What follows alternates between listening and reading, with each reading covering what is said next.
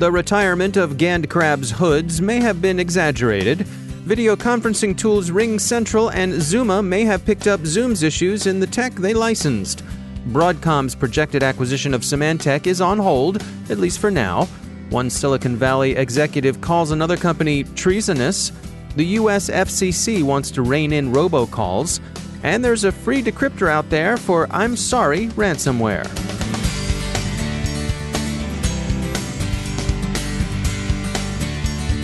It's time to take a moment to tell you about our sponsor, Recorded Future. If you haven't already done so, take a look at Recorded Future's Cyber Daily. We look at it, the CyberWire staff subscribes and consults it daily. The web is rich with indicators and warnings, but it's nearly impossible to collect them by eyeballing the internet yourself, no matter how many analysts you might have on staff. And we're betting that however many you haven't got enough. Recorded Future does the hard work for you by automatically collecting and organizing the entire web to identify new vulnerabilities and emerging threat indicators. Sign up for the Cyber Daily email to get the top trending technical indicators crossing the web, cyber news, targeted industries, threat actors, exploited vulnerabilities, malware, suspicious IP addresses, and much more. Subscribe today and stay ahead of the cyber attacks. Go to recordedfuture.com/cyberwire to subscribe for free threat intelligence updates from Recorded Future. That's recordedfuture.com/cyberwire. And we thank Recorded Future for sponsoring our show. Funding for this CyberWire podcast is made possible in part by ExtraHop, providing cyber analytics for the hybrid enterprise. Learn more about how ExtraHop Reveal X enables network threat detection and response at extrahop.com. From the CyberWire studios at Data Tribe, I'm Dave Bittner with your CyberWire summary for Tuesday, July 16, 2019. The gang behind GandCrab ransomware may have said it folded its tent after making plenty of money and deciding that people had learned their security lessons and could now be left unmolested. But their retirement may have proven as exaggerated as their altruism, which no thinking person ever took particularly seriously. Krebs on Security offers some reason to think they might have pitched their tent on fresh criminal ground. This time, they seem to be involved with the R-Evil strain of ransomware, also known as Sodin and Sodinokibi. Expect to hear about more infestations in the future. In general, the hot targets for ransomware these days seem to be municipal governments and school districts. They depend upon their data being available, but they're often poorly protected. Two other video conferencing services appear to be vulnerable to the same security issues that Zoom confronted last week. The video on problem also afflicts RingCentral and Zoomoo, BuzzFeed reports. It's not surprising, as both companies license Zoom technology, and their white-badged versions are susceptible to the same problems. Broadcom's proposed acquisition of Symantec is on indefinite, perhaps permanent hold. The two companies suspended talks when Symantec balked at going below its asking price of $28 per share, thinking that anything less would amount to an unacceptable undervaluation. The news drove down Symantec stock yesterday. The company's stock price closed at $22.84 Monday for a drop of 10.7%. Broadcom's stock closed up a bit, rising 1% to $288.34. The deal might not be off entirely, however. CRN reports that Broadcom hasn't yet given up on the deal and that talks could resume at some future point. Peter Thiel, Palantir chairman and co-founder, on Sunday called for an investigation of Google for treasonous behavior with respect to China.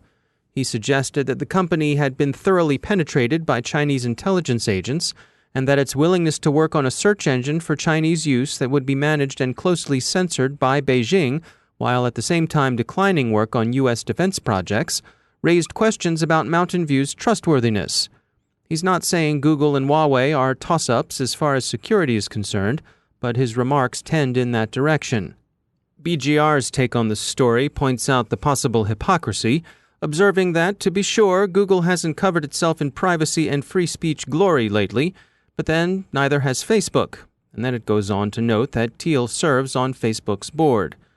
Well, privacy shenanigans surely fall short of treason, which the Constitution primly restricts to levying war against the United States, or in adhering to their enemies, giving them aid and comfort. And besides, you'd need either 2 witnesses or a confession in open court. In fairness to Mr. Thiel, he's probably speaking metaphorically, but perhaps there's also a bit of glass in that house from which the stone is being cast. Independently of Thiel's remarks, The Intercept has published a report noting Google's cooperation with Chinese spyware vendor Semptian. Semptian's products are widely used in China, and they've found a ready market in repressive regimes across the Middle East and North Africa. Oracle recently released a report titled Security in the Age of AI, the result of research on how C-suite executives, policymakers, and the general public view cybersecurity and technology. Wim Kokarts is Senior Vice President of Software Development at Oracle.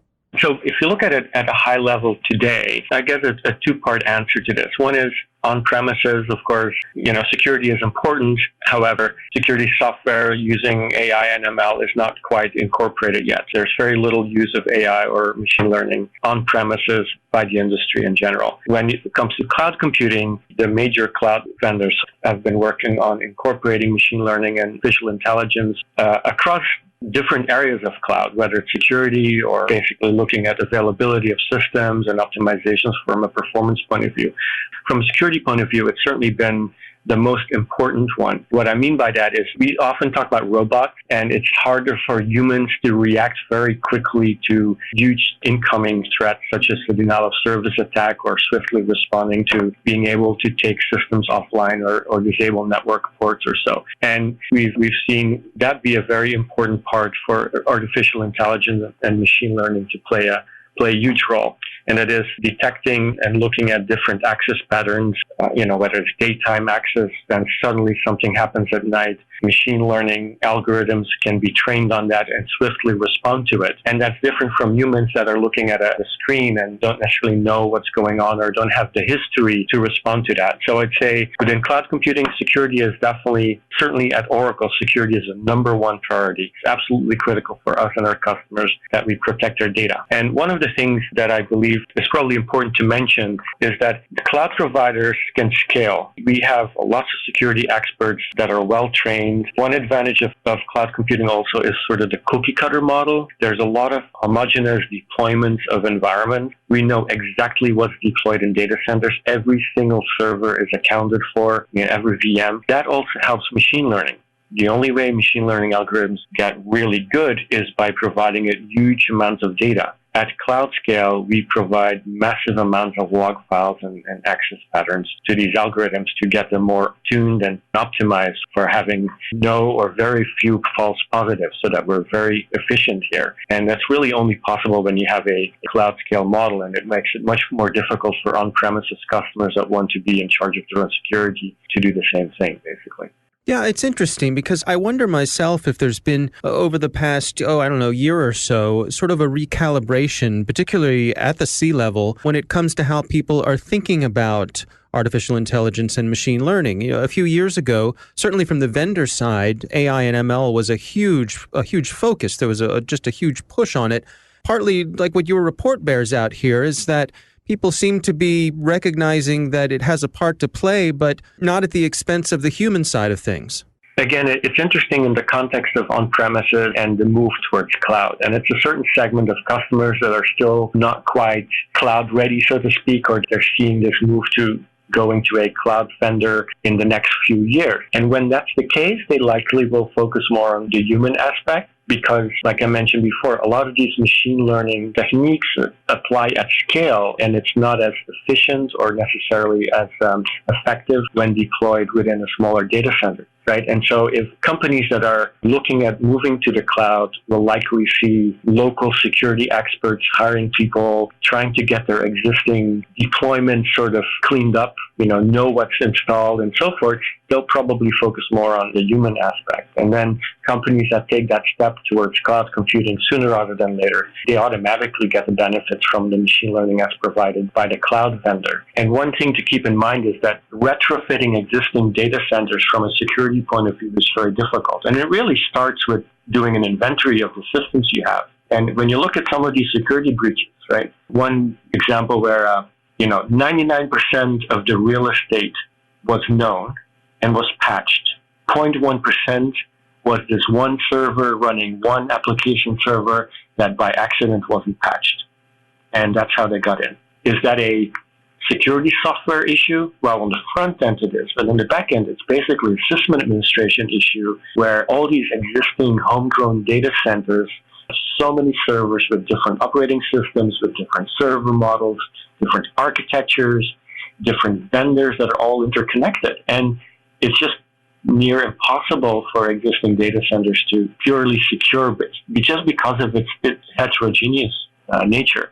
And so that just requires humans to just basically go on the data center floor and say, what's this server? Have we identified this? And what software is running on it? Part of what makes customers nervous is the unknown of where do we start? Where do you stop? So that's certainly an important aspect of educating how cloud security is beneficial, but also how that works. That's Wim Kokarts from Oracle. The report is titled Security in the Age of AI. Tired of robocalls? Our favorite is a call one of our stringers got years ago while living in Oklahoma. "Good evening," said the robot, off to a good start. "Although I am recording, I hope you will have the courtesy not to hang up on me." Ha! Yeah, right, 3PO. Our stringer says he courteously heard the recording out, but can't recall exactly what it was selling, although whatever it was could probably have been for the cheaper at the Lawton Mall. The mid-1980s were crazy like that, but those proto-robots were winsome, at least the Okie versions were. But that was the early Paleo-Rampotic era. Now the calls have evolved beyond the entertaining and the naive, and the current versions are a lot more intrusive. They've been for some time a pervasive nuisance. And now they seem to make up the same fraction of inbound calls as junk mail takes up in the local letter carrier's mailbag. Telcos have been discussing controlling robocalls for some time, with a few having announced the pending availability of tools designed to let customers block the robots. The U.S. Federal Communications Commission is unimpressed by their efforts. Commissioner Jeffrey Starks last Thursday released the responses the FCC received from the phone companies to its request for information about what they were doing about robocalls. Commissioner Starks wrote, quote, "Reviewing the substance of these responses, by and large, carriers' plans for these services are far from clear. In our action last month, the Commission committed to studying this issue and delivering a progress report within a year. If we find that carriers are acting contrary to our expectations, we will commence a rulemaking. To that end, as I noted in my letters, I expect to be updated by carriers as progress is made on offering free call blocking services and recommend that carriers not stop until the job is finished. The sooner, the better." End quote. Note the emphasis on free, as some of the robo-killers on offer have been paid options you could add to your phone service. And finally, with all the problems people have been having lately with ransomware, especially local governments, it's nice to close with some good news. Emsisoft has released a free decryptor for the I'm Sorry strain of ransomware. So bravo, Emsisoft. And now a word from our sponsor, KnowBe4, the experts in new school approaches to defeating social engineering. You ever wonder how hackers and con artists know so much about their targets? Basically, there's more information out there on everyone than you'd like to believe. There's even a name for it, open source intelligence, OSINT. Kevin Mitnick, KnowBe4's chief hacking officer, can show you what the bad guys can find out about you. Go to knowbe4.com/OSINT and register for a free webinar with people who know a thing or two about mind-blowing underground OSINT secrets that you need to know. That's knowbe4.com/OSINT. And we thank KnowBe4 for sponsoring our show.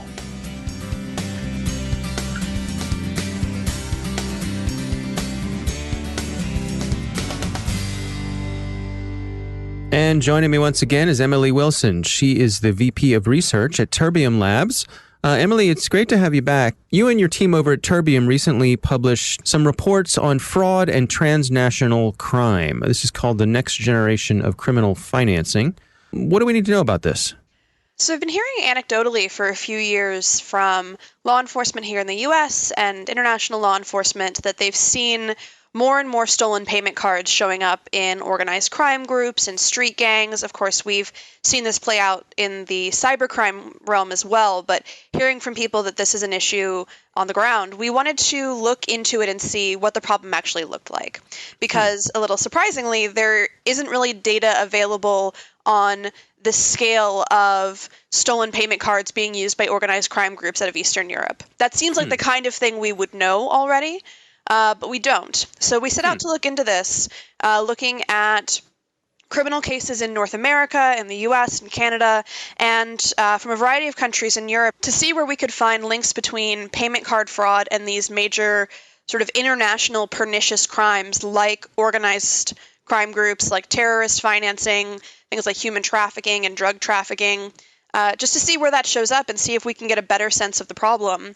And that's what we turned into this report that you're referencing here, looking at sort of the distribution of these crimes across North America and across Europe to see how and where stolen data is being used for this, and sort of tip of the iceberg of how big the problem actually is. So let's dig in then. Can you give us a couple examples of what you found? One of the case studies that really stands out to me is a Sri Lankan organized crime group based in Canada running international carding operations, in this case out of Australia, out of a grocery store in Australia. And they effectively found a grocer who was willing to let them install a compromised point of sale system. They sent over an agent to help install it and recruited someone locally to sort of take the fall for it, someone who would be a shop boy who would sort of show up for a few weeks and work there and then disappear once they'd finished their skimming ring. They sent over parts of this point of sale system, this compromised point of sale system, from Canada and from the US.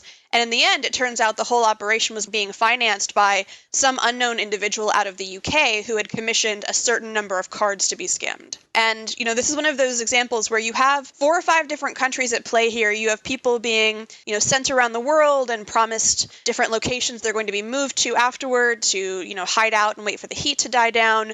And in conversations that law enforcement recorded between a few different operatives in this organized crime group, they were bragging about how they really got this operation down to a science. You just move people around. We send them here. We send them there. And it seems like they were willing to take sort of commissioned efforts from anywhere around the world. That's just one example of the sort of physical skimming ring that we would come to expect. We also saw instances where stolen payment data was used to buy plane tickets for human trafficking victims, to move them out of Turkey to some other location, and then to purchase the hotel rooms they were actually going to hold these victims in while they got new identities created for them, right? We see sort of these purchasing patterns for all of the operational costs that these groups might experience, which makes sense. If you're an organized crime group, why would you tie your own name to these purchases you're making, and why on earth would you spend your own money on it when you could just use someone's stolen credit card and the bank is going to just write off the charges? The sophistication and the complexity here is primarily to try to evade law enforcement? I think it's partially to try and evade law enforcement. I think also just the pure financial costs involved here, right? There are times when we see sort of law enforcement evasion, as with the human trafficking ring or perhaps with this carding ring that I mentioned. There were other examples. I'm thinking here in particular about some of the material support to terrorism cases that we saw, where you have someone who is working on creating terrorist propaganda for ISIS and then is using stolen payment cards to sort of just fund their lifestyle choices, to buy clothes and buy food. And that's a little bit less to evade law enforcement and a little bit more, I just don't want to spend my own money on this. Fraud isn't really a crime in this guy's eyes. So I'm going to just use someone else's cards to buy all of my expensive clothing. Well, it's an interesting report. It's the next generation of criminal financing. Emily Wilson, thanks for joining us. Thank you. And that's the CyberWire. Thanks to all of our sponsors for making the CyberWire possible, especially our supporting sponsor, Observit, the leading insider threat management platform. Learn more at observit.com. The CyberWire podcast is proudly produced in Maryland out of the startup studios of DataTribe, where they're co-building the next generation of cybersecurity teams and technology. Our amazing CyberWire team is Stefan Vaziri, Tamika Smith, Kelsey Bond, Tim Nodar, Joe Kerrigan, Carol Terrio, Nick Valecki, Bennett Moe, Chris Russell, John Petrick, Jennifer Iben, Peter Kilpie, and I'm Dave Bittner. Thanks for listening. We'll see you tomorrow.